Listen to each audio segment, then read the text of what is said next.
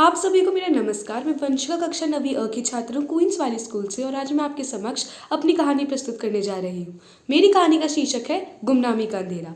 कानपुर शहर से कुछ 50 किलोमीटर आगे एक छोटा सा गांव था और उसी गांव में रहते थे ये दो बच्चे, रिंकी और रोहन। रिंकी और रोहन बड़े शरारती थे, आए दिन कुछ ना कुछ करते ही रहते। पूरा गाँव इनसे परेशान था। उसी गांव में एक हवेली भी थी। लोगों का कहना था कि वो हवेली भूतिया थी और कुछ लोग तो यहाँ तक कहते थे कि उस हवेली में लोगों ने वहाँ पे कुछ देखा है।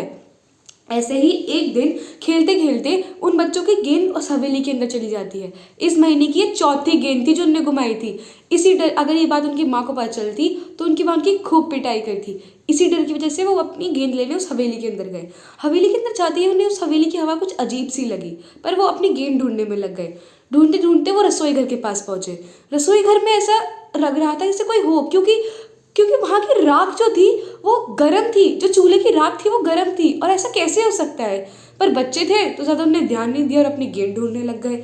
ढूंढते ढूंढते ढूंढते आखिरकार उन्हें गेंद मिल ही गई। पर ये क्या, गेंद के साथ ये क्या था? एक डायरी। रोहन, तो छोड़ इसको और देख बाहर अंधेरा हो रहा है, जल्दी चल, मुझे यहाँ पे नहीं रहना। रोहन कुछ बोल पाता तो इससे पहले ही पीछे से एक आवाज़ आती है। किसी जानवर की आवाज़ थी। इतने सन्नाटे में एक जानवर की आवाज़ सुनते ही बच्चे डर गए और अचानक से खड़े हुए। तभी एक आदमी, उन्होंने देखा कि एक आदमी उनकी तरफ आ रहा है। कौन हो तुम? बस इतना सुनते ही बच्चों की सिट्टी बिट्टी गोल हो गई और वो तुरंत वहां से भाग गए। बाहर जाते ही रिंकी ने देखा कि रोहन अपने साथ वो डायरी ले आया है। अब तो रिंकी का भी मन था वो डायरी पढ़ने का। तो घर पे सब सो जाने के बाद रिंकी और रोहन ने चुपके से वो डायरी पढ़ी। डायरी खोलते ही उन दोनों के होश उड़ गए। दरअसल वो आदमी जो उनको मिला था वो एक सैनिक था। वो भारतीय फौज का सैनिक था। उसने भारत को बहुत सी जंग जीतने में मदद की थी। पर 6 साल पहले न जाने वो कहाँ गायब हो गया था। अब उन्हें सब समझ में आ रहा था। वो कोई भूतिया बंगला नहीं बल्कि उस सैनिक का घर था। पर वो वहाँ पे ऐसे क्यों रहता था, सबसे छुप के क्यों रहता था? इन्हीं कुछ बातों का जवाब जानने बच्चे कल वहाँ फिर से गए। पर इस बार वो डरे नहीं, बल्कि उनने हिम्मत जुटाई और उस आदमी से पूछा कि आप यहाँ पे सबसे छुप के क्यों रहते हैं, और आप जनरल मुरली हैं ना जो 6 साल पहले वहाँ गायब हो गए थे?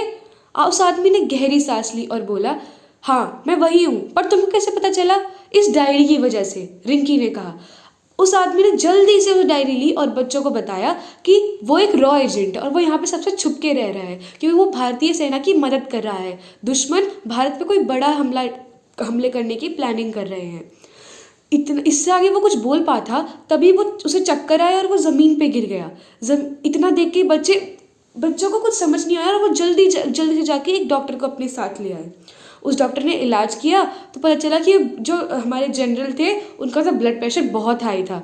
धन्यवाद बच्चों, आज अगर तुम नहीं होते तो न जाने क्या हो जाता, जनरल ने कहा। नहीं नहीं सर, आपने न जाने हम जैसे देशवासियों के लिए क्या क्या नहीं किया, उसके आगे ये तो छोटी सी बात है, बच्चों ने कहा।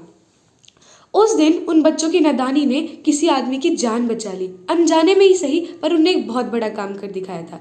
अब ये बात उस डॉक्टर, बच्चों और जनरल के बीच में थी।